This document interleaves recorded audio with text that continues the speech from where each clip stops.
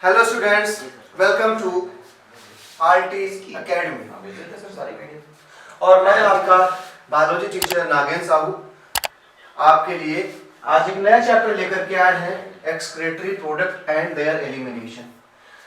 Chapter के importance की discuss बाद में करें, उसके पहले समझ लें कि भाई हमारे चैनल को सब्सक्राइब कर लें और अगर ओल्ड व्यूअर हैं तो चैनल को लाइक एंड शेयर जरूर करें, जिससे आपको अच्छे से अच्छे लेक्चर्स मिलते रहें। तो चैप्टर हमारा है excretory product and there elimination. देखिए चैप्टर की इंपॉर्टेंस क्या है। आपकी बॉडी ने अभी तक बहुत सारे मैकेनिज्म किए, जहां पर हमने रेस्पिरेटरी सिस्टम के बारे में जाना, डाइजेस्टिव सिस्टम के बारे में जाना, और जब ये सारे सिस्टम चलते हैं तो हमारी बॉडी में कुछ हार्मफुल प्रोडक्ट भी बनते हैं। आप जिस केमिकल सब्सटेंस को बॉडी का बहुत ही एसेंशियल पार्ट समझते हैं, लाइक प्रोटीन, और ये प्रोटीन आपके छोटे छोटे अमीनो एसिड के मॉलिक्यूल से बने होते हैं, अमीनो एसिड के मॉलिक्यूल से, और कई सारे अमीनो एसिड के मॉलिक्यूल मिलकर के प्रोटीन का फॉर्मेशन करते हैं। यही कुछ अमीनो एसिड्स ऐसे हैं, कुछ अमीनो एसिड्स ऐसे हैं जो हमारे इस प्रोटीन को बनाने के लिए जरूरी नहीं होते हैं। ऐसे अमीनो एसिड्स को बॉडी से बाहर एलिमिनेट करना पड़ता है, क्योंकि अमीनो एसिड में नाइट्रोजन भी मौजूद होता है और एक्सेस क्वांटिटी में नाइट्रोजन हमारी बॉडी को हार्म करेगा। यानी उस एक्सेस अमाउंट में मौजूद अमोनिया को रिमूव करने के लिए हमारी बॉडी एक सिस्टम रखती है और वो सिस्टम बन जाता है एक्सक्रीटरी सिस्टम। तो इस सिस्टम का बहुत ही ज्यादा इंपॉर्टेंस है हमारे बॉडी में। जैसे कि फैक्ट्रीज में भले कितनी अच्छी मेडिसिन बन रही हों, लेकिन उस फैक्ट्री से कुछ ना कुछ हार्मफुल टॉक्सिक इन्फ्लुएंस निकलेगा बाहर, और यही चीज हमारी बॉडी में भी है। डिफरेंट टाइप की मैकेनिज्म चल रही है। एक सेल में पर मिनट 1000 केमिकल रिएक्शन हो रही है, एंड पर 1000 केमिकल रिएक्शन होने से कुछ ना कुछ तो ऐसे सब्सटेंस भी बनते हैं जो हमारी बॉडी में रुक गए तो इन्फेक्शन कॉज कर सकते हैं। दैट इज व्हाई हमारी बॉडी में एक्सक्रीटरी सिस्टम रखा गया। तो हम पहले ये जाने कि हमारी बॉडी में कौन कौन से एक्सक्रीटरी प्रोडक्ट बनते हैं, क्योंकि दुनिया में डिफरेंट टाइप के ऑर्गेनिजम्स हैं और डिफरेंट टाइप की उनकी बॉडी का मैकेनिज्म है उस प्रोडक्ट को बॉडी से बाहर निकालने के लिए। तो चैप्टर की इंपॉर्टेंस ये है कि ये हमारी बॉडी को डिटॉक्सिफाई करता है, टॉक्सिसिटी से बचाता है और अच्छी खासी हेल्दी लाइफ हम जीते हैं। चलिए चलते हैं पहले टॉपिक पे कि व्हाट इज एक्सक्रीशन। तो excretion is the elimination of metabolic waste material like ammonia, urea, uric acid etcetera from the body. आपकी बॉडी से अमोनिया का रिमूव होना, यूरिया का रिमूव होना, यूरिक एसिड का रिमूव होना, इसी प्रोसेस को हमने नाम दिया है एक्सक्रीशन। टाइप्स ऑफ एक्सक्रीशन की बात करें, जैसा कि मैंने अभी आपसे कहा कि डिफरेंट टाइप के ऑर्गेनिज्म है, तो उनमें डिफरेंट टाइप के एक्सक्रीशन के मेथड्स हैं। हम पहले मेथड की बात करते हैं। तो पहला मेथड हमारा है ammonotelism, and second method is ureotelism, third is uricotelism. ये नाम कैसे पढ़े? अगर आप नाइट्रोजिनस वेस्ट को, यानी यहां पर हम पहली बात तो वेस्ट को समझे, जो वेस्ट को हमें एलिमिनेट करना है वो नाइट्रोजिनस वेस्ट होगा। नाइट्रोजिनस वेस्ट है। अब ये नाइट्रोजिनस जो वेस्ट हमारा है, ये नाइट्रोजिनस वेस्ट अगर आप अमोनिया के फॉर्म में निकालते हैं, आप अगर इस नाइट्रोजिनस वेस्ट को अमोनिया के फॉर्म में बॉडी से बाहर निकालेंगे तो इसे हम बोलेंगे अमोनोटेलिज्म। यानी जो ऑर्गेनिज्म है उसको बोला क्या हमने? अमोनोटेलिज्म। वो ऑर्गेनिजम्स है। अगर आप इसी नाइट्रोजिनस वेस्ट को यूरिया के फॉर्म में निकालते हैं, अगर नाइट्रोजिनस वेस्ट को यूरिया के फॉर्म में निकालेंगे तो बोलेंगे यूरियोटेलिज्म। एंड अगर नाइट्रोजिनस वेस्ट को यूरिक एसिड के फॉर्म में रिलीज करते हैं, यूरिक एसिड, तो बन जाएगा यूरिकोटेलिज्म। यानी कि 3 डिफरेंट टाइप के हमारे प्रोडक्ट हैं। अगर हम अमोनिया रिलीज करते हैं, नाइट्रोजिनस वेस्ट को in the form ammonia release करेंगे, अमोनोटेलिज्म। अगर नाइट्रोजिनस वेस्ट को यूरिया के फॉर्म में रिलीज करेंगे, यूरियोटेलिज्म। और अगर नाइट्रोजिनस वेस्ट को यूरिक एसिड के फॉर्म में रिलीज करेंगे तो यूरिकोटेलिज्म। तो 3 डिफरेंट टाइप के मिल गए। अब अमोनोटेलिज्म फिजिक्स करती है, यूरियोटेलिज्म एम्फीबियंस करते हैं और यूरिकोटेलिज्म हमारी बर्ड्स करती हैं। चलिए एक एक पे बात करते हैं। पहले बात होती है अमोनोटेरिज्म पे। तो process of excretion of ammonia, तो जब आप नाइट्रोजनस वेस्ट को अमोनिया के फॉर्म में रिलीज कर रहे हैं तो हो गया अमोनोटेरिज्म। अमोनोटेरिज्म एनिमल्स एक्वाटिक इनवर्टिब्रेट्स होते हैं। एक्वाटिक इनवर्टिब्रेट्स यानी कि है तो एक्वाटिक मीडियम में, लेकिन उनके बैकबोन नहीं बन जा रही। एक्वाटिक इंसेक्ट हो गया, बोनी फिशेस हो गए, एक्वाटिक एम्फीबियंस हो गए, ये जो भी चीजें हैं ये अमोनोटेरिक एनिमल्स होते हैं। ये हमारे अमोनोटेरिक ऑर्गेनिजम्स हैं। Ammonia is highly toxic, ammonia highly toxic है। So excretion needs excess of water, so excretion needs excess of water, इसलिए एक्सक्रीशन के लिए बहुत ज्यादा वाटर चाहिए। तो अमोनिया को बॉडी से बाहर निकालना है, उसके लिए एक्सेस वाटर चाहिए, और एक्सेस वाटर इसीलिए क्योंकि हाईली टॉक्सिक है। Next, ammonia is readily soluble in water and is excreted by diffusion through body surface और gill surface।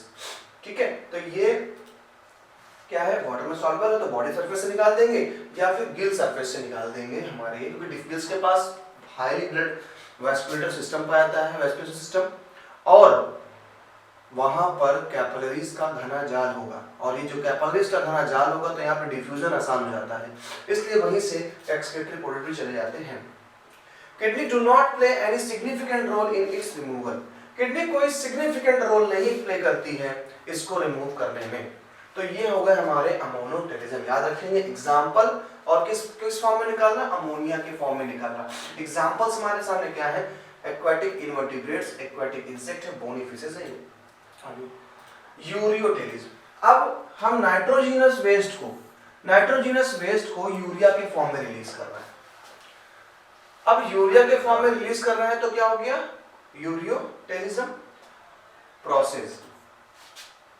यूरियोटेरिज्म animals, cartilaginous fishes, terrestrial and semi aquatic amphibians, frogs, toads, aquatic and semi aquatic reptiles हैं, alligators हैं, turtle हैं, mammals हैं, यानी इतने सारे organism हैं जो यूरियोटेरिक होते हैं। तो कार्टिलेजिनस फिश हो गई, terrestrial and semi aquatic amphibians हो गए, फ्रॉग हो गया, टोड हो गए, ये हमारे एक्वाटिक एम्फीबियंस हो गए, semi aquatic amphibians, and aquatic and semi aquatic reptiles हो गए, एलिगेटर हो गया, टर्टल हो गया, मैमल एक्सेट्रा, ये हमारे यूरियोटेरिज्म में आ गए। इन लीवर, अब सबसे बड़ी बात आती है कि हमारे में ऐसा खास क्या हुआ कि हमने अमोनिया को या नाइट्रोजनस वेस्ट को यूरिया के फॉर्म में कन्वर्ट किया। देखिए हमारा जो लीवर होता है, इसमें हमारा लीवर एक अच्छा रोल प्ले करता है। क्या रोल प्ले करता है लीवर, जो एक्सेस आपकी अमीनो एसिड थी जिनमें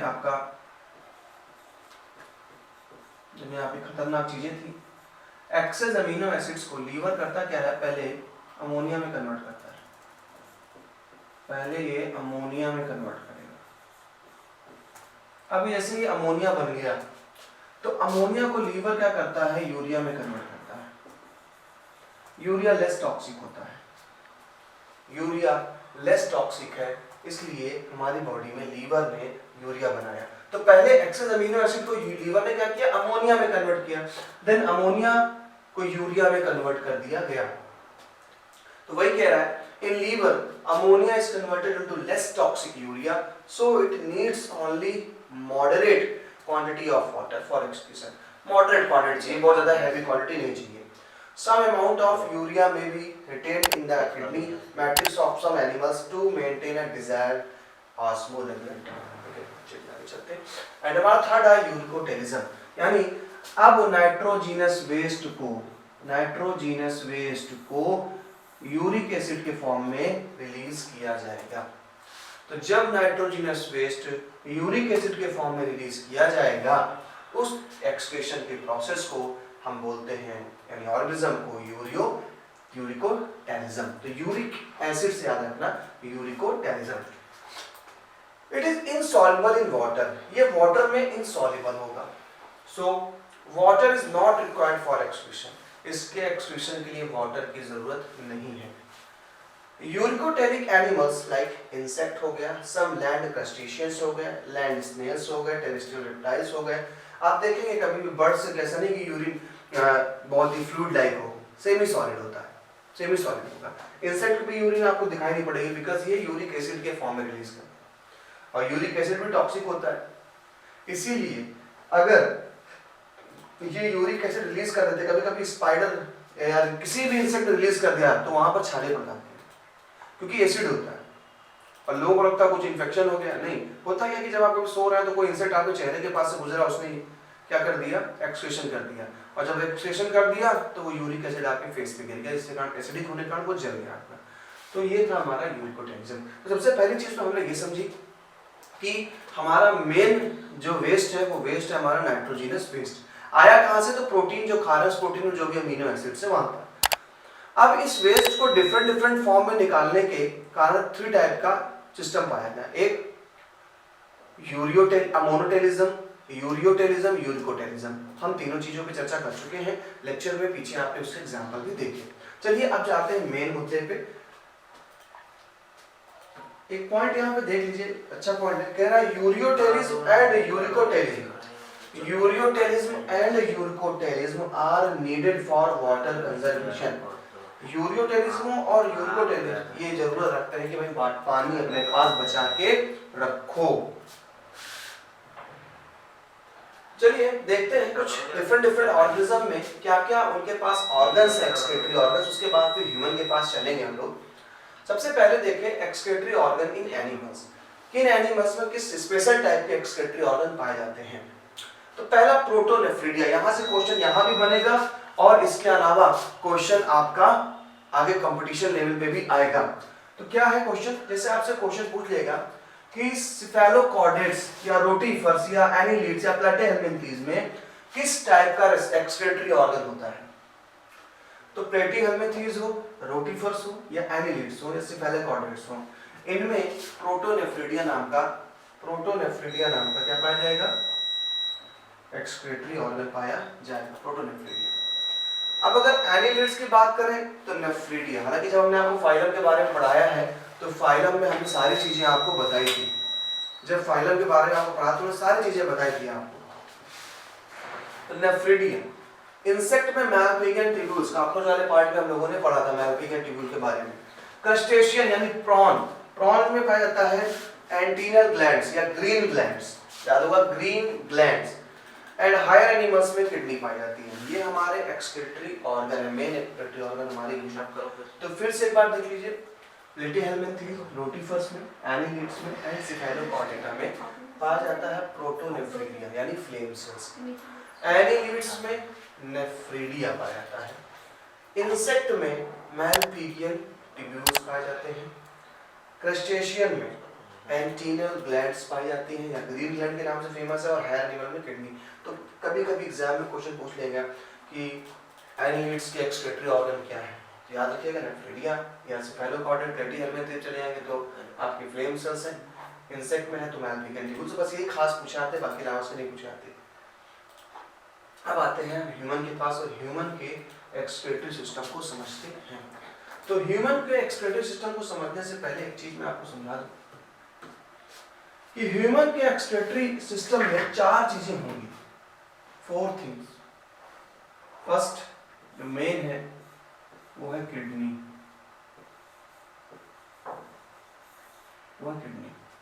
फर्स्ट मेन चीज किडनी। सेकेंड, किडनी से निकलने वाला जो यूरिन होगा, उस यूरिन को ले जाने वाला जो पाइप होता है, उस पाइप को हम नाम देते हैं यूरेटर। वो नाम देंगे हम यूरेटर। यानी फर्स्ट जो हमारा मेन ऑर्गन है वो है किडनी। उस किडनी से जो यूरिन को लेके जाएगा उसे बोलेंगे यूरेटर। यूरेटर के बाद जिस जगह पे हमारा यूरिन कलेक्ट होगा उसे बोलेंगे यूरिनरी ब्लैडर, और जिस अपर्चर से यूरिन पास होगा उसे बोला यूरेथ्रा।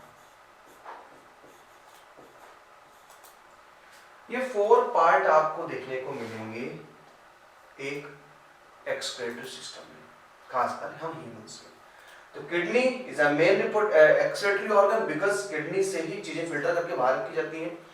यूरेटर किडनी से बना हुआ जो भी यूरिन है वो यूरेटर के थ्रू जिस ब्लैडर में गिरता है उसे यूरिनरी ब्लैडर कहते हैं।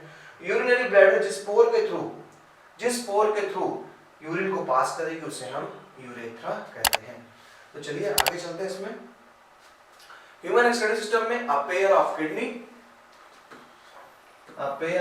हो गई, a pair of ureters, urinary bladder and urethra, ये चार चीजें होती है। तो चारों चीजें आपको दिखाई जा रही है यहाँ पे।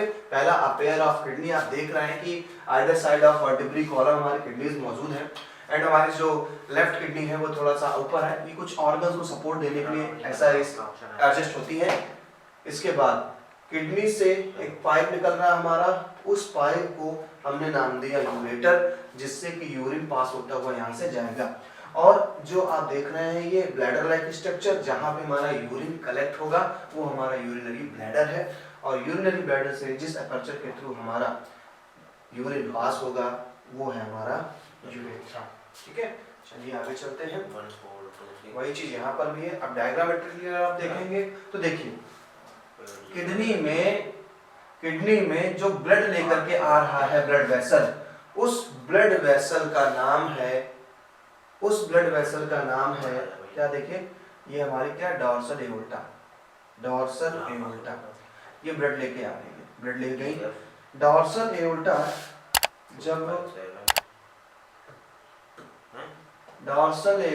जब ब्लड लेके आ रही है, ये ब्लड आपका किडनी की तरफ जा रहा है। अब जब डॉर्सल एओर्टा से पाइप निकल गए दो अलग, एक इधर एक इधर, इसी को हमने बोला क्या, रीनल आर्टरी, इसको नाम दिया हमने रीनल आर्टरी। अब ये ब्लड किडनी में चला जाएगा, किडनी ब्लड को फिल्टर करेगी, फिल्टर करने के बाद जो हमारा यूरिन होगा वो यूरेटर द्वारा आ रहा नीचे की तरफ। साथ ही साथ जो फिल्टर्ड ब्लड हो गया, अब ब्लड वापस जाएगा तो वेना कावा के थ्रू ब्लड वापस जाएगा, वेना कावा के थ्रू ब्लड वापस जा रहा है। अब जब ब्लड फिल्टर हो गया तो जो फिल्टर्ड मटेरियल था वो यूरेटर के थ्रू कहाँ गया, यूरिनरी ब्लैडर में आ गया, वो मटेरियल वही हमारा यूरिन है। और यूरिन से यूरेथ्रा के थ्रू ये क्या हो जाएगा, बॉडी के बाहर जाएगा। चलिए अब किडनी के स्ट्रक्चर के बारे में जाने तो पहले एक्सटर्नल फीचर्स के बारे में देख लेते हैं कि इसकी लोकेशन जो है किडनी की, ये हमारे बैकबोन के आइदर साइड में होती है। दूसरी चीज, किडनी हमारी एक ट्रांसपेरेंट मेम्ब्रेन से कवर रहती है। जैसे अगर आपने कभी बीन्स खाए हो तो बीन्स को जब आप पानी में सोक करेंगे और नेक्स्ट डे आप देखेंगे तो उस बीन के ऊपर के कवरिंग को आप हटा सकते हो, वो ट्रांसपेरेंट कवरिंग होती है, उसको आप रिमूव कर सकते हो। तो आपने ट्रांसपेरेंट कवरिंग को रिमूव कर दिया, वही जो कवरिंग होती है उसे हम फाइब्रस कैप्सूल कहते हैं। ऐसी का दूसरा नाम है रीनल कैप्सूल। तो रीनल यानी किडनी के ऊपर कवर करना है ट्रांसपेरेंट मेम्ब्रेन स्ट्रक्चर, उसे हमने फाइब्रस कैप्सूल या रीनल कैप्सूल नाम दिया। नेक्स्ट अगर बात करें कि हमारा जो किडनी है, इस किडनी में एक हेलिक्स पाया जाता है, एक पिट पाई जाती है। इस पिट को नाम देते हैं हम हाइलम, इस पिट का नाम है हाइलम। ओके, तो इस पिट को हमने नेम दे दिया हाइलम।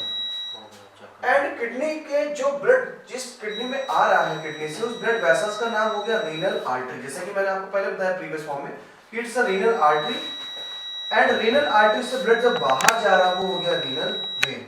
तो फर्स्ट ऑफ ऑल क्योंकि जो किडनी हमारी कवर्ड है वो एक ट्रांसपेरेंट मेम्ब्रेन स्ट्रक्चर से कवर्ड है, और उस ट्रांसपेरेंट मेम्ब्रेन स्ट्रक्चर को हमने क्या बोला, फाइब्रस कैप्सूल, या इसे ही हम रीनल कैप्सूल के नाम से जानते हैं। और हमारी किडनी में जो निक है, एक जो अंदर की तरफ एक कह सकते हैं कि एक इम्बेडिशन है, उसे हमने नाम दिया क्या, hilum. It is situated between the levels of last thoracic and third lumbar। ये थोड़ा सा क्वेश्चन आता है कंपटीशन लेवल पे कि इसकी जो परफेक्ट लोकेशन है last thoracic and third lumbar vertebra, यानी जो आपकी थोरेसिक जो वर्टिब्री कॉलम होती है उस थोरेसिक वर्टिब्री कॉलम में लास्ट, और कवर कहाँ तक करना, थर्ड लंबर वर्टिब्रा, यानी आपको जो कमर के पास वर्टिब्रा है उसके थर्ड लंबर यानी थर्ड वर्टिब्री कॉलम, वर्टिब्री के पास तक हमारा ये किडनी मौजूद है। तो उसकी लोकेशन याद रखिएगा, लास्ट थोरेसिक रीजन की लास्ट बैकबोन और लंबर रीजन की 3 बैकबोन तक ये हमारा सिचुएटेड रहता है। लेंथ 10 to 12 सेंटीमीटर है, विड्थ 5 to 7 सेंटीमीटर है, थिकनेस 2 to 3 सेंटीमीटर है। Average weight about 120 to 170 grams. Average जो इसका वेट है वो 120 से 170 ग्राम तक है। नेक्स्ट बात करें, on the concave side of kidney, concave side यही साइड होगा, it's a concave side, okay. तो on the concave side of kidney there is an opening through which blood vessels and nerves, lymphatic ducts ये सब अंदर जाती हैं। इस opening को हम बोलते हैं क्या, हाइलस या हाइलम, दोनों बोल सकते हैं, हाइलम भी बोल सकते हैं और हाइलस भी कह सकते हैं। अब बात करें किडनी के इंटरनल स्ट्रक्चर की, तो देखिए किडनी सराउंडेड थी कवरिंग से, रीनल कैप्सूल था, ये रीनल कैप्सूल था आपका। एंड इस किडनी में जरा एक चीज देखेंगे, ये फनल शेप स्ट्रक्चर, ओवरऑल ये फनल शेप स्ट्रक्चर देख रहे हैं, जैसे फनल होता है इसको ऐसे करना, ये जो फनल शेप स्ट्रक्चर देख रहे हैं, इस फनल शेप स्ट्रक्चर को बोलेंगे रीनल पेल्विस। जो खास चीजें है समझ लीजिए, funnel shape structure, renal pelvis. और आप ये जो पिरामिड लाइक स्ट्रक्चर देख रहे हैं, ये पिरामिड लाइक स्ट्रक्चर, इसे बोला हमने मेडुलरी पिरामिड्स, क्योंकि जब आप किडनी को कट करते हैं, लॉन्गिट्यूडनल सेक्शन किडनी का करते हैं, तो किडनी के दो पार्ट होते हैं, एक पार्ट ये ऊपर वाला आपको कॉर्टेक्स होता है, और ये जो पार्ट बीच में देख रहे हैं ये वाला पार्ट होता है मेडुला, ये पार्ट होता है मेडुला। यानी अपर पार्ट हमारा कॉर्टेक्स होता है और सेंटर का जो पार्ट होता है ये सेंटर पार्ट मेडुला होता है। तो इस मेडुला में ट्रायंगल शेप के बहुत सारे स्ट्रक्चर पाए जा रहे हैं, लगभग बहुत सारे नहीं कहेंगे, 7 से 8 स्ट्रक्चर पाए जा रहे हैं, जिसे हम क्या बोलते हैं, पिरामिड्स। तो मेडुला में पाया जा रहा है इसलिए हो गया मेडुलरी पिरामिड, ओके। तो ये हो गए हमारे medullary pyramid. And next thing, medullary pyramid के बाद अंदर का जो फनल शेप स्ट्रक्चर है इसे आपने बोला था रीनल पेल्विस, ठीक है। अब आप देख रहे हैं मेडुला, मेडुला जो हमारे मेडुला है, पिरामिड्स हैं, वो जिस कैविटी में ओपन हो रहा है, ठीक है, जिस कैविटी में ओपन हो रहा है, इस कैविटी को नाम दे दिया हमने, कैविटी को क्या नाम दिया, मेजर कैलिसेस, मेजर कैलिसेस है। और दो पिरामिड के बीच जो जगह थी उसे नाम दिया रीनल कॉलम, रीनल कॉलम। अब देखिए नीचे बड़ा सा कैलिक्स दिख रहा है तो मेजर कैलिक्स हो गया, और स्टार्टिंग के जो होल है ये हो गया माइनर कैलिक्स। यानी इसको अगर मैं दूसरे स्ट्रक्चर में समझाऊं, hilum leads to the funnel shape cavity called renal pelvis, वो समझ गया, विद प्रोजेक्शन कॉल्ड कैलिक्स। अब ये जो प्रोजेक्शन है भाई, पिरामिड से कैसे चीजें अंदर आएंगी, क्योंकि मेन फिल्ट्रेशन पिरामिड में चल रहा होता है, यानी मेन जो फिल्ट्रेशन चल रहा है किडनी में, कहां पर, पिरामिड में। तो पिरामिड से चीजें फिल्टर कहां पे आ रही है, इस जगह पे आ रही है, पहले माइनर कैलिक्सेस में, देन मेजर कैलिक्सेस में, और माइनर और मेजर को मिला करके बना है आपका रीनल पेल्विस, यानी फनल शेप स्ट्रक्चर। फिर से वही चीज, a kidney has outer cortex and inner medulla, जैसे कि मैंने बताया आपको, medulla has few conical projection called renal pyramids या medullary pyramids projecting into the calyxes, calyces। Projecting कहां पर, कहां पे उभर के निकल रहे हैं, इनका यानी जो भी मटेरियल निकलेगा वो कहां निकलेगा, पहले ये आपका माइनर कैलिक्सेस है और इधर मेजर कैलिक्सेस। तो ये हो गया माइनर कैलिक्सेस और नीचे हो गया major calyces, minor and major calyces. Then cortex extend in between the medullary pyramid. अब कॉर्टेक्स एक्सटेंड है मेडुलरी पिरामिड में ये मौजूद है, तो ये जो अब स्ट्रक्चर बन गया इसे बोल दिया रीनल कॉलम या कॉलम ऑफ बल्टिनी। तो cortex extend between the medullary pyramid is a renal column called columns of Bertini. तो बल्टिनी का कोई पर्टिकुलर मीन नहीं, बल्टिनी साइंटिस्ट के नाम पे था इसलिए उन्होंने रख दिया इसको कॉलम ऑफ बल्टिनी। चलिए आगे चलते हैं। अब एक स्ट्रक्चर समरी बता रहा है कि एट अ ग्लैंस पे अगर लेके चले तो हमारी किडनी का क्या है, तो किडनी का एट अ ग्लैंस पे आप देख ही चुके हैं, उससे ज़्यादा ज़रूरी है हमें कि हम ग्लोमेरुलस पे चलें। एट अ ग्लैंस तो आपके सामने पड़ा हुआ जो भी मैंने बताया, तो हम ग्लोमेरुलस से बात करते हैं थोड़ा सा अपने नेफ्रॉन। देखिए किडनी के बारे में तो हम जान गए, उसके इंटरनल स्ट्रक्चर को समझ गए। अब हमें समझना ये है कि आखिर किडनी के कौन सी ऐसी चीज है। अभी तो हमने जाना किडनी में पिरामिड्स वाली जगह पे फिल्ट्रेशन चल रहा है, अब आखिर उस पिरामिड्स में क्या है। तो उस पिरामिड्स में मौजूद होते हैं माइन्यूट और highly coiled structure called nephron. Nephron को किडनी की स्ट्रक्चरल एंड फंक्शनल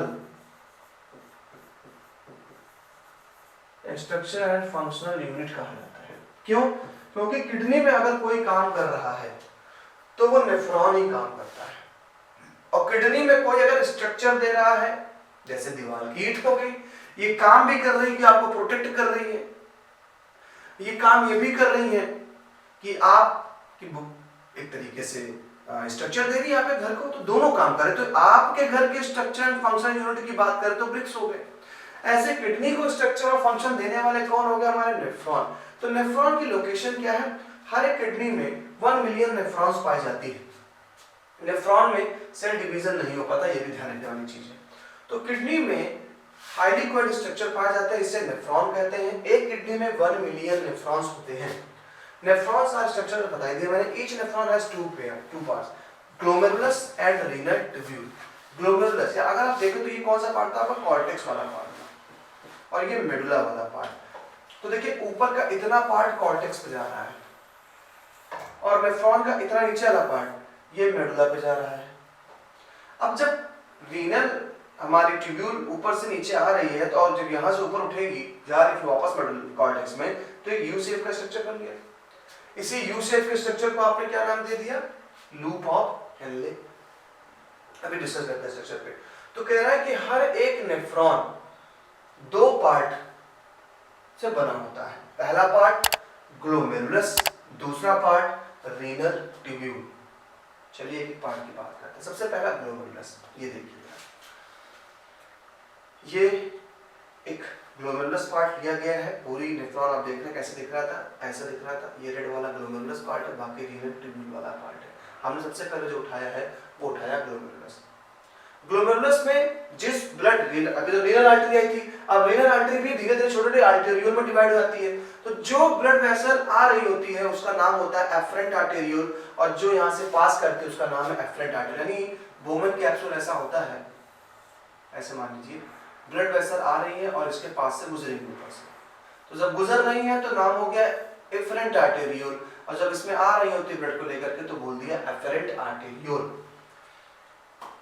जब एफरेंट आर्टेरियोल आता है तो ग्लोमेरुलस के अंदर जाकर के हाईली क्वाइड नॉट ऑफ कैपिलरीज बनाता है। नॉट ऑफ कैपिलरीज का गुच्छा, तब इसे नाम दे देते हैं ग्लोमेरुलस। बहुत ही इंपॉर्टेंट पार्ट है, इतना जितना आप ये देख रहे हैं बहुत इंपॉर्टेंट है, इसको समझ लीजिएगा। तो एफरेंट आर्टेरियोल आता है, जैसे बोमन्स कैप्सूल में जाता है, बोमन कैप्सूल में हाईली क्वाइड जाता है वो, और इसको आप बोलते हैं ग्लोमेरुलस। क्लियर? अब देखिए आगे चलिए, ये फिर निकल गया। अब ये जो स्ट्रक्चर आप देख रहे हैं जहां पर आर्टेरियोल और ग्लोमेरुलस, ऐसे कॉमनली बुलाते हैं मैलपिगियन कैप्सूल। मैलपिगियन पिगियन कैप्सूल इसका दूसरा नाम है। तो हमारा ये हो गया, पहले बोमन कैप्सूल था, अब बोमन कैप्सूल के साथ जब अफरेंट एंड इन्फरेंट आर्टेरियोल लग गया तो इसे हमने बोल दिया मैलपिगियन कैप्सूल। ग्लोमेरुलस आपसे पूछे क्या है, तो नॉट है, जो ब्लड आ रहा था एफरेंट आर्टेरियोल जब वो कैपिलरी में डिवाइड होता तो उसे बोल दिया क्या हमने? ग्लोमेरुलस। आगे चलिए, अब रीनल ट्यूब्यूल पे आ जाइए। It is begins with a double walled cup like Bowman's capsule. It begins with, ये शुरुआत करते हैं बोमन कैप्सूल के पास से, यहाँ से चालू हो रहा renal tubule which encloses the glomerulus। तो डबल मेम्ब्रेन स्ट्रक्चर है, देखिए हर एक में सेल लगी हुई है, यहाँ पर ध्यान से देखेंगे तो सेल की लेयर है।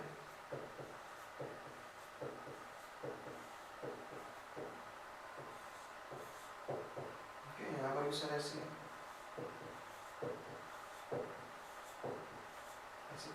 तो जिस जगह से हमारा बोमन कैप्सूल की डबल लेयर है, इस जगह से चालू होता है हमारा रीनल ट्यूब्यूल। तो ग्लोमेरुलस और बोमन्स कैप्सूल को मिला के देखिए, मैंने बताया था मैलपिगियन बॉडी या रीनल कॉर्पसल कहते हैं, या मैलपिगियन बॉडी कह दिया, मैलपिगियन कैप्सूल कह दीजिए, कोई डिफरेंट नहीं है। The tubule continues with proximal convoluted tubule, Henle's loop and distal convoluted tubule। यानी जो भी आप ट्यूब्यूल के बारे में पढ़ रहे थे वो ट्यूब्यूल के 3 पार्ट कर दिए, एक PCT, दूसरा loop of Henle and the third is distal tubule या DCT। 3 पार्ट हुए हमारे किसके, रीनल ट्यूब्यूल के। एंड लास्ट जो रीनल ट्यूब्यूल का पार्ट गया वो जाता है कलेक्टिंग डक्ट में। तो जब आप इतना पार्ट देख रहे हैं तो ये हमारा क्या था, बोमेन्स कैप्सूल वाला पार्ट था लिखा हुआ ऊपर। इसके बाद चालू हुआ रीनल ट्यूब्यूल वाला पार्ट, और रीनल ट्यूब्यूल में 3 पार्ट हुए, proximal convoluted tubule, loop of Henle. अब आप सोचिए लूप ऑफ हेनले किस जगह बनेगा, ये मेडुला पार्ट में बनेगा। तभी तो क्या हो रहा है, मेडुला के पास जाता है, मेडुला के पास जाकर के फिर से टर्न होकर कॉर्टेक्स तरफ बढ़ता है, इसलिए लूप बन जाता है। और इस लूप को देखने वाले, बताने वाले जो साइंटिस्ट थे वो थे मिस्टर हेनले। उस लूप हेनले के नाम से बन गया लूप ऑफ हेनले। अब लूप ऑफ हेनले ऊपर चलता है, देखिए यार। अब PCT और DCT क्या है, टेबल में समझ लें। PCT का मतलब होता है प्रॉक्सिमल, प्रॉक्सिमल मतलब पास में, यानी एक ऐसी ट्यूब्यूल जो बोमन कैप्सूल के पास है। तो बोमन कैप्सूल के पास है तो प्रॉक्सिमल हो गया, बोमन कैप्सूल से दूर है तो डिस्टल हो गया। तो जो पास में हाईली एक्वायर्ड ट्यूब्यूल था उसे प्रॉक्सिमल कन्वोल्यूटेड ट्यूब्यूल बोल दिया, जो बोमन कैप्सूल से दूरी पे था उसे डिस्टल कन्वोल्यूटेड ट्यूब्यूल बोल दिया गया। डिस्टल कन्वोल्यूटेड ट्यूब्यूल एक कलेक्टिंग डक्ट में, करके यहाँ पर क्यों, यहाँ पर बहुत सारे DCT आकर जुड़े होते हैं। तो ये कलेक्टिंग डक्ट सबका यूरिन इस कलेक्टिंग डक्ट में पहुंचता है। क्लियर, आगे चलिए। अब collecting duct extend from cortex to inner parts of the medulla, they converge and open into renal pelvis. अभी लोगों ने पढ़ा रीनल पेल्विस में होते हैं, ओपन होते हैं। पेल्विस फनल शेप स्ट्रक्चर था जहां पर माइनर कैलिसेस और मेजर कैलिसेस थे, वहां पर ओपन हुआ through medullary pyramid in the calyces. Malpighian body, PCT, DCT are situated in renal cortex। ये कॉर्टेक्स वाले रीजन में होते हैं। लूप ऑफ हेनले कहाँ पाया जाता है, मेडुला वाले पार्ट में पाया जाएगा। अब यहाँ पर आपको बताया गया एक चीज और, कि जब हमारे रीनल ट्यूब्यूल जाती है तो जो हमारी एफरेंट आर्टेरियोल थी, ये एफरेंट आर्टेरियोल कॉइल्ड हो जाता है किसके ऊपर, हमारे रीनल ट्यूब्यूल पे कॉइल्ड हो गया। अब इसे हम बोलते हैं वासा रेक्टा। अगर लूप ऑफ हेनले पे ब्लड वेसल है तो बोलेंगे वासा रेक्टा। अगर वही DCT के ऊपर लगी हो तो बोला हमने पेरीट्यूबुलर कैपिलरीज। देखिए नाम थोड़ा बदल दिया, नाम बदल दिया इसलिए कि अगर लूप ऑफ हेनले पे पाई जा रही है तो आइडेंटिफिकेशन बन सके। लूप ऑफ हेनले पे है तो बोल दिया वासा रेक्टा, लूप ऑफ हेनले पे नहीं है, अपर साइड में है, DCT के पास है, PCT के पास कॉइल्ड है, तो नाम दे दिया पेरीट्यूबुलर कैपिलरीज। देखिए the efferent arteriole emerging from glomerulus forms a fine capillary network, इससे बोला peritubular capillaries around the renal tubule। A minute vessel of this network runs parallel to the loop of Henle forming a U-shaped vasa recta। तो जो ये U-shaped बन रहा structure ये हो गया vasa recta। क्लियर, तो अब आगे की बात करें कुछ खास क्वेश्चन। कॉर्टिकल नेफ्रॉन और मेडुलरी जक्स्टा मेडुलरी नेफ्रॉन क्या होता है। 85% कॉर्टिकल नेफ्रॉन होता है। इस मतलब क्या है, आप ये जो देख रहे हैं ग्रीन पार्ट से, आप देखिए कॉर्टेक्स पार्ट पे ही नेफ्रॉन है। तो नेफ्रॉन 2 जगह मिल रहा है, एक कॉर्टेक्स पार्ट पे नेफ्रॉन होते हैं और एक मेडुलरी रीजन तक नेफ्रॉन जाते हैं। तो जो कॉर्टेक्स पार्ट तक नेफ्रॉन है उसे आपने दिया नाम कॉर्टिकल नेफ्रॉन, कॉर्टेक्स पार्ट तक है, यहीं तक एक्सटेंडेड है। लेकिन जब नेफ्रॉन कॉर्टेक्स से मेडुला पे चला जाए, वापस मेडुला पे फिर कॉर्टेक्स पे आ रहा है, तो इसे बोल दिया हमने जक्स्टा मेडुलरी नेफ्रॉन। तो 85% तो कॉर्टिकल नेफ्रॉन, यानी ज्यादा से ज्यादा पार्ट उनका कॉर्टेक्स में ही है, या ये कह दे कि उनका जो लूप ऑफ हेनले बन रहा है वो कॉर्टेक्स पार्ट पे, मेडुला में लूप ऑफ हेनले नहीं बन रहा है। So in this the Henle's loop is short and extend only very little into the medulla।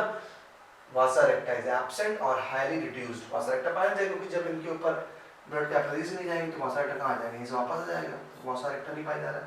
जबकि juxta medullary में क्या करें 15% है। In this Henle's loop is long and runs deep into medulla Vasa रेक्टा present होगी।